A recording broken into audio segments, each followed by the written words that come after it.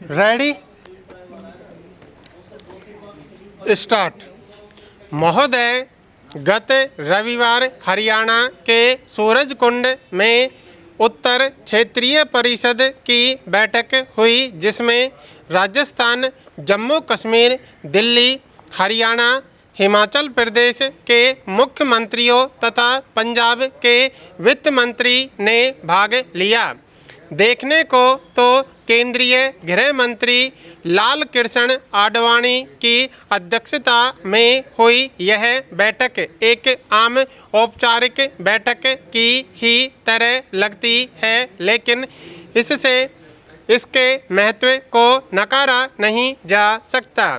यह बैठक मुख्य रूप से उत्तर क्षेत्रीय राज्यों में बिक्री कर की दरों में एक रूपता लाने के उद्देश्य से बुलाई गई थी, लेकिन विभिन्न राज्यों में आंतरिक सुरक्षा में तालमेल की दृष्टि से इसका महत्व कोई कम नहीं है। इसके अलावा विभिन्न राज्यों में संसाधनों का किसी न किसी प्रकार से अभाव है। किसी राज्य के पास बिजली अधिक है तो किसी के पास कम, किसी के पास पानी अधिक है तो किसी के पास पानी का अभाव। इसलिए इन सभी मामलों में परस्पर सहयोगी व समन्वय की दृष्टि से इन पड़ोसी राज्यों की इस बैठक का महत्व अत्यधिक है। यह एक विडंबना ही है कि अत्यंत संवेदनशील क्षेत्र माने जाने वाले इस क्षेत्र से संबंधित राज्यों की उत्तर क्षेत्रीय परिषद की बैठक 1.5 वर्ष बाद हो पाई है।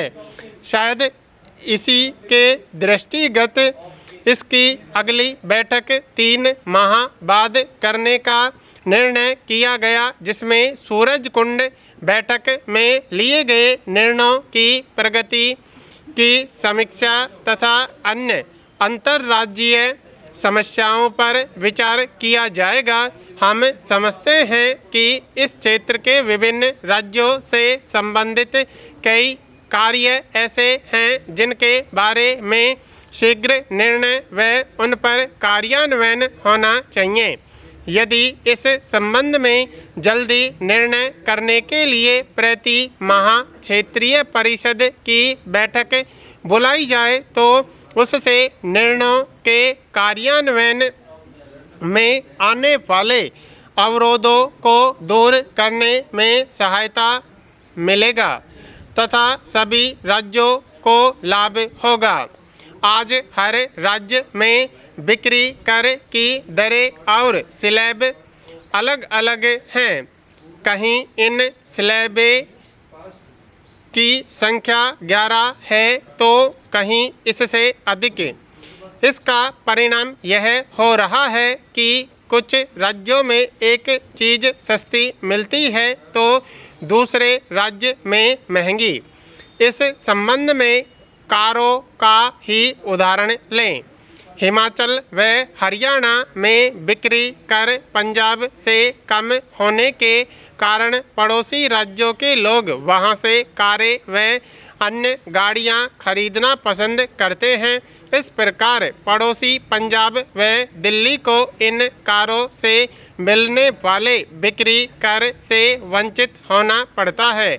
बिक्री कर राज्यों के अधिकार क्षेत्र में आता है, इसलिए हर राज्य में विभिन्न वस्तुओं पर लगाए जाने वाले बिक्री कर की दरों में भारी अंतर के कारण अंतर्राज्यीय व्यापार में भारी उलझनों का सामना करना पड़ता है। यहाँ पर एक महत्वपूर्ण तथ्य यह भी है कि चंडीगढ़, जो कि उत्तर क्षेत्रीय राज्यों में केंद्र शासित क्षेत्र है, में केंद्रीय बिक्री कर की दर सिर्फ 1% होने के कारण यह व्यापार व अन्य बड़ी कंपनियों की गतिविधियों का केंद्र बन गया है, जिससे साथ लगते अन्य राज्यों का व्यापार को प्रभावित हो रहा है।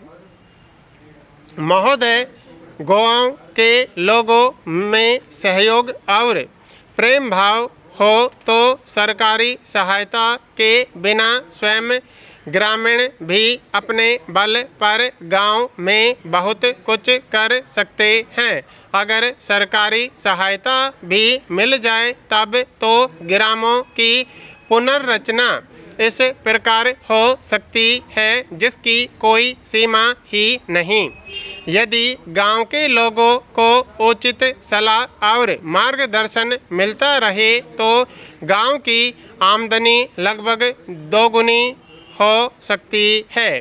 व्यापारी दृष्टि से काम में आने लायक साधन सामग्री हर गांव में भले ही न हो परंतु स्थानीय उपयोग और लाभ के लिए लगभग हर गांव में ऐसी साधन सामग्री उपलब्ध है। परंतु सबसे बड़ा दुर्भाग्य तो यह है कि अपनी दशा सुधारने के लिए गांव के लोग ही कुछ नहीं करना चाहते। गांधी जी ने ग्राम स्वराज्य की सुंदर कल्पना इस प्रकार की है। ग्राम स्वराज्य की मेरी कल्पना यह है कि वह एक ऐसा पूर्ण प्रजातंत्र होगा जो अपनी विशेष आवश्यकताओं के लिए अपने पड़ोसियों पर भी निर्भर नहीं करेगा। वह परस्पर सहयोग से काम लेगा। जिस तरह प्रत्येक गांव का पहला काम यह होगा कि वह अपनी आवश्यकता का सारा अनाज और कपड़ों के लिए पूरा कपास स्वयं पैदा कर ले, उसके पास इतनी अतिरिक्त जमीन होनी चाहिए जिसमें ढोर चर सके और गांव के बड़ों व बच्चों के मनोरंजन के साधन और खेलकूद के मैदान वगैरह की व्यवस्था हो सके। इसके बाद भी जमीन बची तो उसमें वह एक सी उपयोगी फसलें बोएगा जिन्हें बेचकर वह आर्थिक लाभ उठा सके। इस प्रकार वह गांजा, तंबाकू, अफीम वगैरह की खेती से बच सकेगा। हर एक गांव में गांव की अपनी एक नाटकशाला, पाठशाला और सभा भवन रहेगा।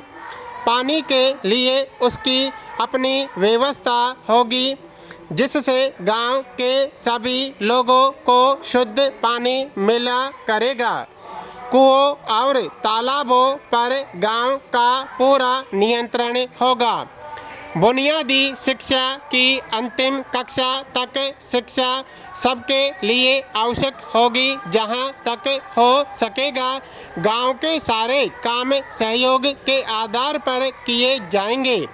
जात पात और ऊंच नीच जैसे भेद जो हमारे समाज में पाए जाते हैं वैसे इस ग्राम समाज में बिल्कुल नहीं रहेंगे। सत्याग्रह और असहयोग के शस्त्र के साथ अहिंसा की सत्ता ही ग्रामीण समाज का शासन बल होगी। गांव की रक्षा के लिए ग्राम सैनिकों का एक ऐसा दल रहेगा जो अनिवार्य रूप से बारी बारी से गांव के चौकी पहरे का काम करेगा। गांव का शासन चलाने के लिए हर वर्ष 5 आदमियों की एक पंचायत चुनी जाएगी। इन पंचायतों को सब प्रकार की आवश्यक सत्ता और अधिकार रहेंगे।